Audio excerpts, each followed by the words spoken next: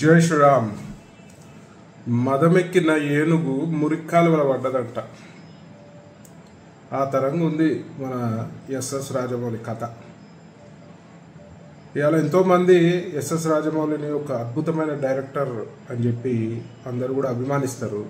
కానీ మొన్న ఒక స్టేట్మెంట్ తోటి ఇవాళ హిందూ సమాజంలో ఒక తీవ్రమైన వ్యతిరేకత వచ్చింది. మరి ఎస్ఎస్ రాజమౌళి, నేను కూడా ప్రశ్నిస్తున్నా, నువ్వు దేవుడిని నమ్మకపోతే నమ్మకు, మరి నీ ప్రతి ఒక్క సినిమాకి ముందు పెద్ద ఎత్తున పూజ చేసి మరి ప్రారంభోత్సవం చేస్తావు కదా, మరి నువ్వు నమ్మనప్పుడు ఎందుకు చేస్తున్నావు? ఆల్రెడీ అందరు విమర్శిస్తున్నారు, దేవుని కథలతోటి నువ్వు అడగోళ్ళు డబ్బులు సంపాదించినావు అని చెప్పి. మరి వాస్తవమే కదా. మరి ఈ హిందూ సమాజం నీ యొక్క సినిమాలను చూడకపోతే ఓన్లీ నాస్తిక కుక్కలతోటే నువ్వు సినిమా చెయ్యి, ఓన్లీ నాస్తిక కుక్కలనే అలౌ చేయి నీ సినిమాలకి.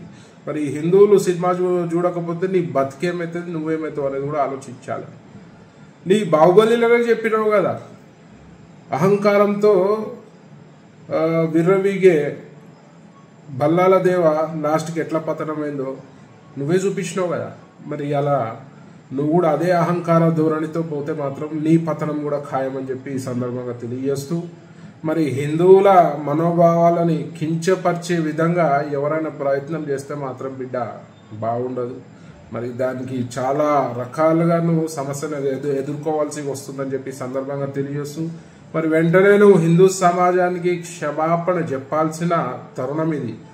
లేదంటే నువ్వు ఒక హిందూ ద్రోహిగా విద్రోహిగా ఈ సమాజంలో మిగిలిపోతావు. నీ ఎంత టాలెంట్ ఉన్నా కూడా పని చేయదు. ఎందుకంటే ఒకసారి హిందూ సమాజం విద్వేషిస్తే నీ బ్రతుకు హీరో నుంచి జీరో అవుతుందని ఈ సందర్భంగా తెలియజేస్తూ, వెంటనే నువ్వు క్షమాపణ చెప్పాలని చెప్పి నేను డిమాండ్ చేస్తున్నా. జై శ్రీరామ్.